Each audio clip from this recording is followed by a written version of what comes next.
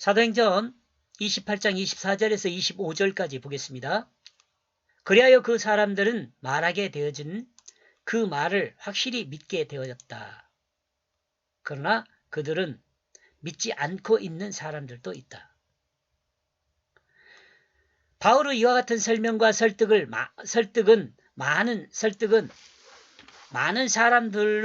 많은 사람으로 그리스도교를 믿고 의지함으로 하나님 백성이 되는 영광된 자리에 있게 했습니다.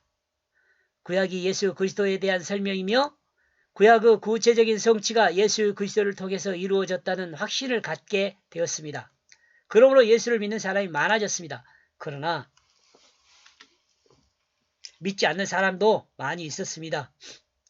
시간을 정하고 바울을 만나 구약의 설명과 예수 그리스도를 통한 구속사를 설명 들었어도 그들의 마음엔 여전히 의문이 가득 차 있었습니다. 바울의 논리에 불만을 갖고 따져들던 자들은 더욱더 불만에 차 마음으로 믿는 사람들과 갈등의 골이 깊어졌습니다.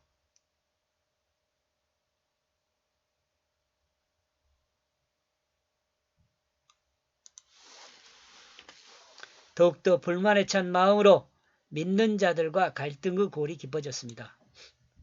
25절 그리하여 그들 서로 간에 조화를 이루지 못하고 자유로웠다.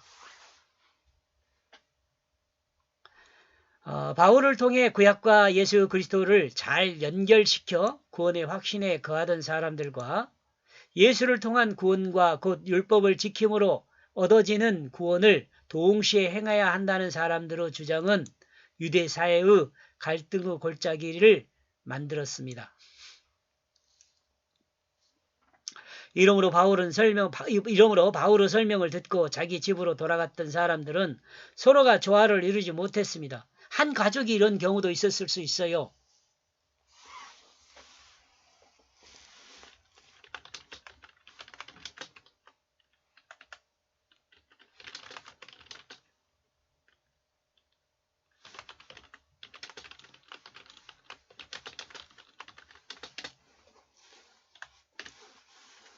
한 가족이 이럴 수도 있어요.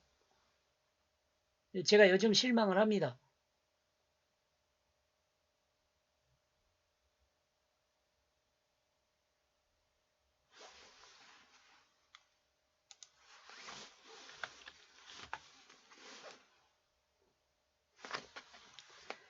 이 같은 경우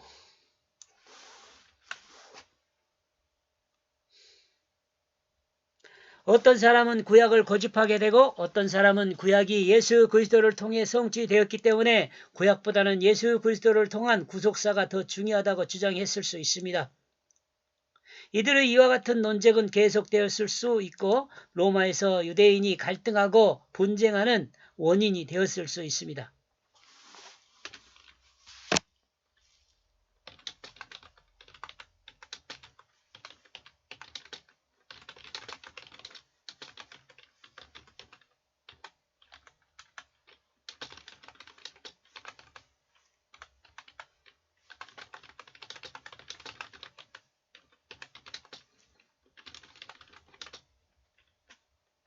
신학을 하는 사람들도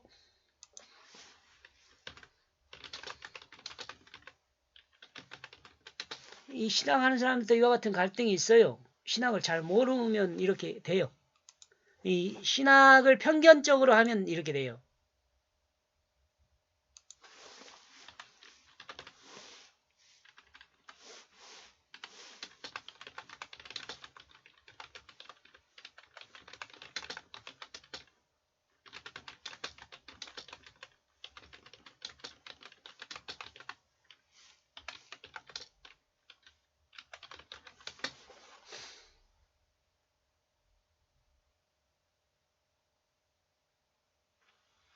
그러나 생각해보면 이 같은 갈등은 시대마다 있어 왔습니다. 계속 지금도 있잖아요. 출애굽하는 시대에도 이와 같은 갈등이 있었고 광야 생활에도 또 가나안 정복하여 아이성 전투 패배 후에도 또 사람들의 분열과 갈등은 언제나 있어 왔습니다. 지금도 그러잖아요. 아무리 명쾌한 해석이라 할지라도 성령의 도움이 없으면 설득되지 않고 또한 설득될 수 없는 것입니다. 그 바울은 혼자 한 말을 기억하고 있습니다. 이사야 말을 기억하고 있다는 것을 드러냅니다.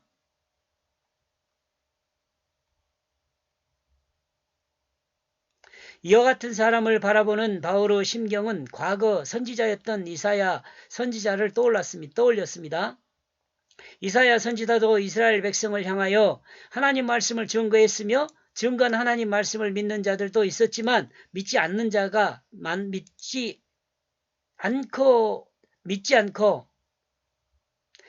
않고 자기 고집으로 살아가는 사람도 있었습니다. 유대인들의 조상인 이스라엘이 하나님 말씀을 듣지 않고 자기 마음에 옳은 대로 행하던 사람들이 많았었다는 것을 기억하고 있습니다. 그 거룩하고 탁월한 그 영이 말했기 때문이구나. 선지자 이사야를 통하여 너희 조상들을 향하여. 바울은 하나님의 말씀을 기억했습니다. 거룩한 성령의 힘으로 이사야 선지자가 말했던 그 말씀을 기억한 것입니다. 바울은 이사야가 말했다고 하지 않고 이사야가 성령의 힘으로 말했다고 증거하고 있습니다. 이것도 좀 생각을 해보세요. 이사야가 말한 것이 아니고 하나님 뜻으로 이야기한 거예요. 그냥 하나님이 하나님 뜻을 우리에게 전달하기 위해서 이사야의 입술을 사용한 거예요. 바울도 마찬가지예요. 나와 여러분을 위해서 바울을 하나님이 사용한 거예요. 우리는 바울처럼 멀리 있는 이사야 선지자를 기억할 필요는 없습니다. 전능하신 하나님의 완전한 능력으로 하나님의 백성이라고 하는 이 이스라엘 백성에게 하나님의 복음을 전파했던 예수 그리스도를 생각하면 바울이 증거한 논증의 반응을 나타내지 않는 사람들의 그 이유가 무엇인지를 알 수 있습니다. 바울의 증거에 논증에 반응을 나타내지 않는 사람들이 원인이 어디에 있는지 알 수 있다. 성령을 받지 않았기 때문에 그래요. 복음은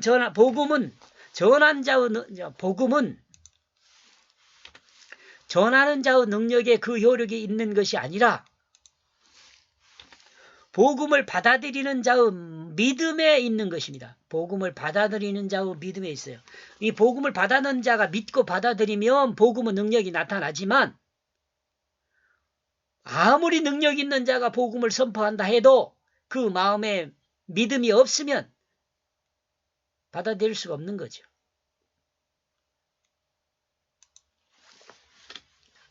복음을 의심으로 바라보는 사람은 복음에 믿음이 없는 사람입니다.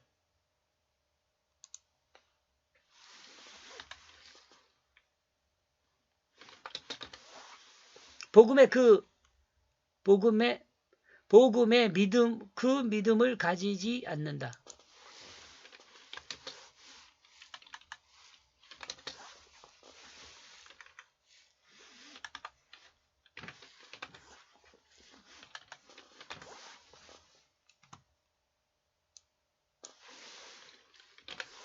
그 믿음을 가지지 않아요. 가질 수가 없어요. 복음을 의심으로 바라보는 것은 복음보다 자신의 주장이 강하다는 것을 나타내는 증거입니다.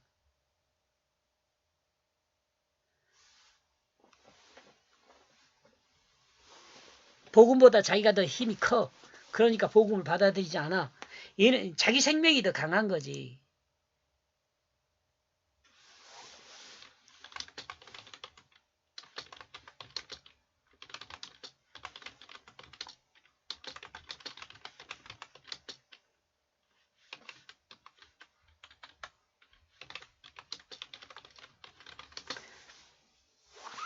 새 생명보다는 복음을 받아들이지 않는 사람은 새 생명보다는 자기 생명에 대한 집착이 크기 때문입니다. 이는 곧 하나님의 뜻을 따르는 것이 아니라 자신의 지식이나 능력으로 하나님을 이해하려는 욕심에서 비롯된 것으로 이는 어리석은 것입니다. 사람의 지혜가 하늘에 닿는다 해도 사람의 머리로 하나님을 이해하지 못합니다. 사람이 이해하지 못하기에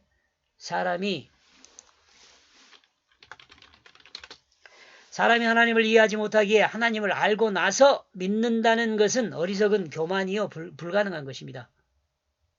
이러므로 믿음이 없이 하나님을 알려고 하는 자는 하나님을 알 수가 없습니다. 그러나 믿음으로 하나님을 알기를 원하는 자는 그 믿음으로 말미암아 하나님을 경험하게 되고 하나님을 경험하게 되는 결과에 이르게 됩니다. 사람은 하나님을 온전하게 이해할 수 없습니다. 아무리 유능한 사람이라 할지라도 그가 하나님을 아는 것은 아주 작은 부분에 불과하는 겁니다. 그러나 이 작은 부분이라 할지라도 하나님이 인간을 구원하기에 이르게 하는 법칙을 아는 데는 충분합니다. 아마도 성경을 완전하게 이해한 사람이 없다고 보는 것이 옳을 것입니다. 그러나 성경을 완벽하게 이해하지 못해도 하나님의 구속사를 이해하거나 하나님의 다스림을 알기엔 충분한 이해를 가질 수 있습니다.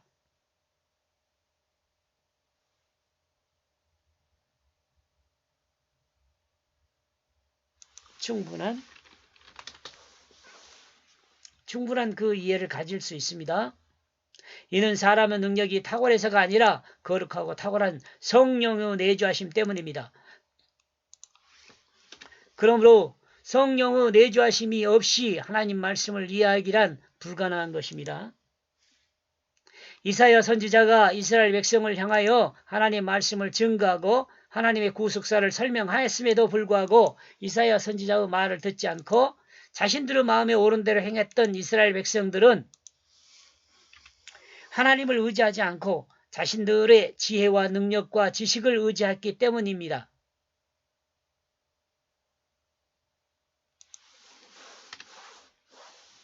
이러므로 이들의 마음은 치료를 받을 수 없었습니다.